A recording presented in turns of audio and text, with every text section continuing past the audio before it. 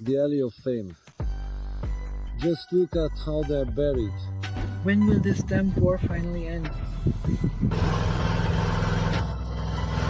That's Zhorik. Putin is urgently creating a new division. The losses among Kremlin mercenaries are shocking. SVO heroes are being buried among weeds.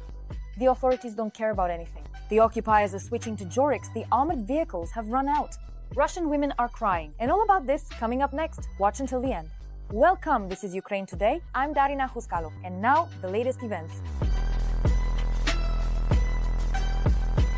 The Russian Federation is creating a new division based on a brigade that was destroyed near Kharkiv. The first details have been leaked.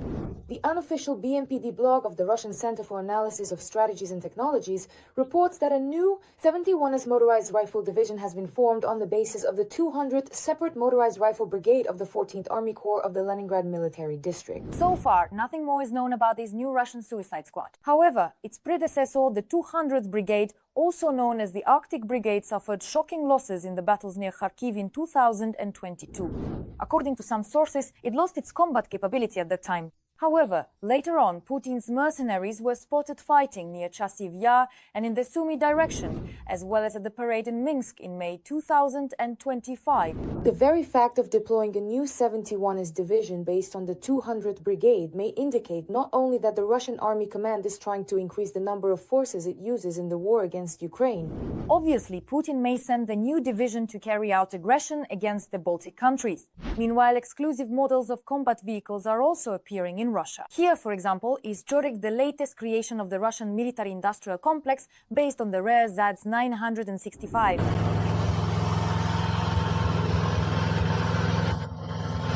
That's Zhorik. The Russians are genuinely delighted and admit that their so-called second army in the world really does rely on such legendary cars. And of course, they never stop exaggerating their capabilities.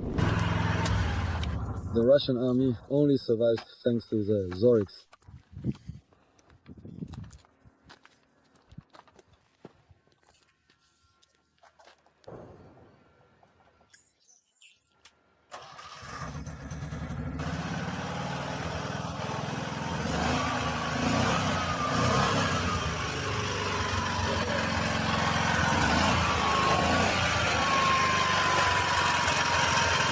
Now we're off to fight.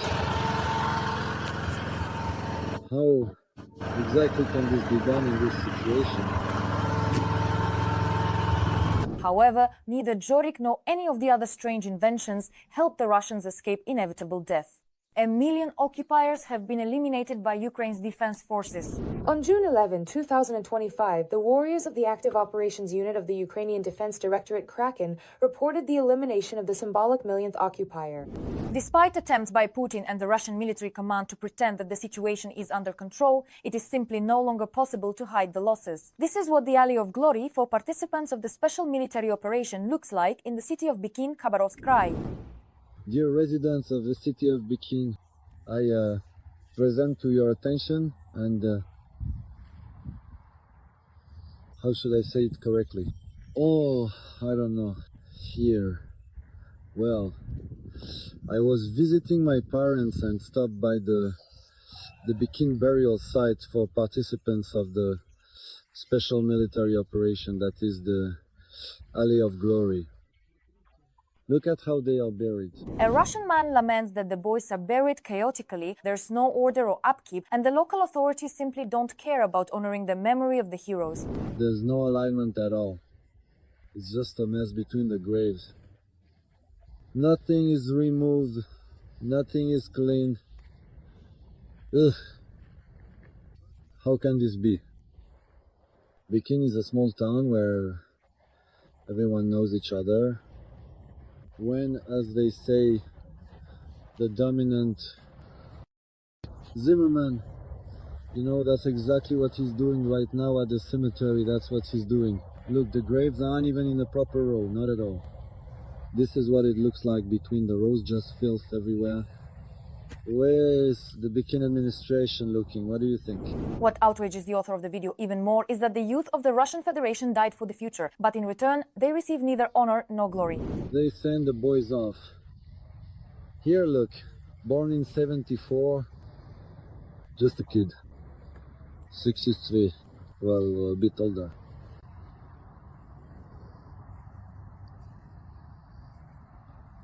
Someone has to take care of all this. Someone has to be responsible. Someone has to bear the responsibility.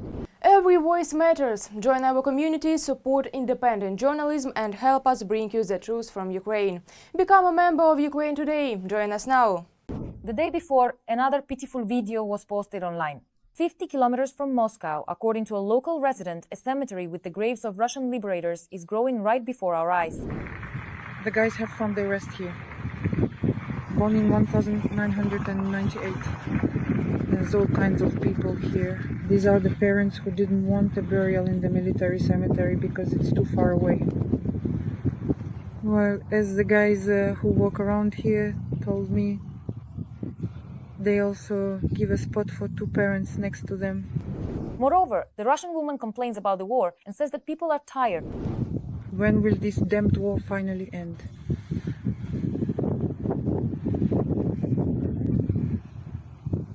They're boys just like my son.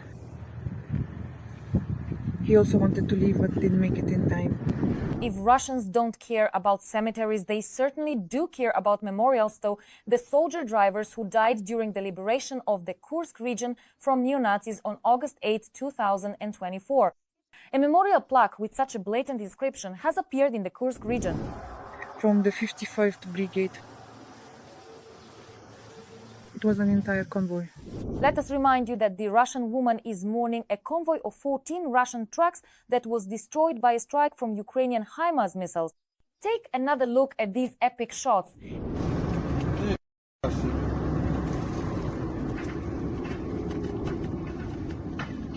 They're firing. Firing? Ammunition. Turn around. Got it. The ammunition will land. Things are tough for the Russians in the Kursk region even a year after the start of Ukraine's special operation. Our forces have powerfully pressed the enemy on their own territory. Tyotkino has become hell for the Russian army. They can't repel the assault by the Ukrainian armed forces. Captured occupiers are whining and betraying their own. More details about this in the following report. Radik and his comrades from the Airy Battalion are fighting right here in Tyotkino, a large settlement in the Kursk region. Ukrainian forces entered Tyotkino a few weeks ago. The fighting is taking place practically in the center of the settlement. Even their local social media groups are spreading the word, their military too, saying that Tyotkino is surrounded, that our troops are there, and so on. And this, against the backdrop of all the events currently happening across the border, has a pretty significant impact on the overall situation.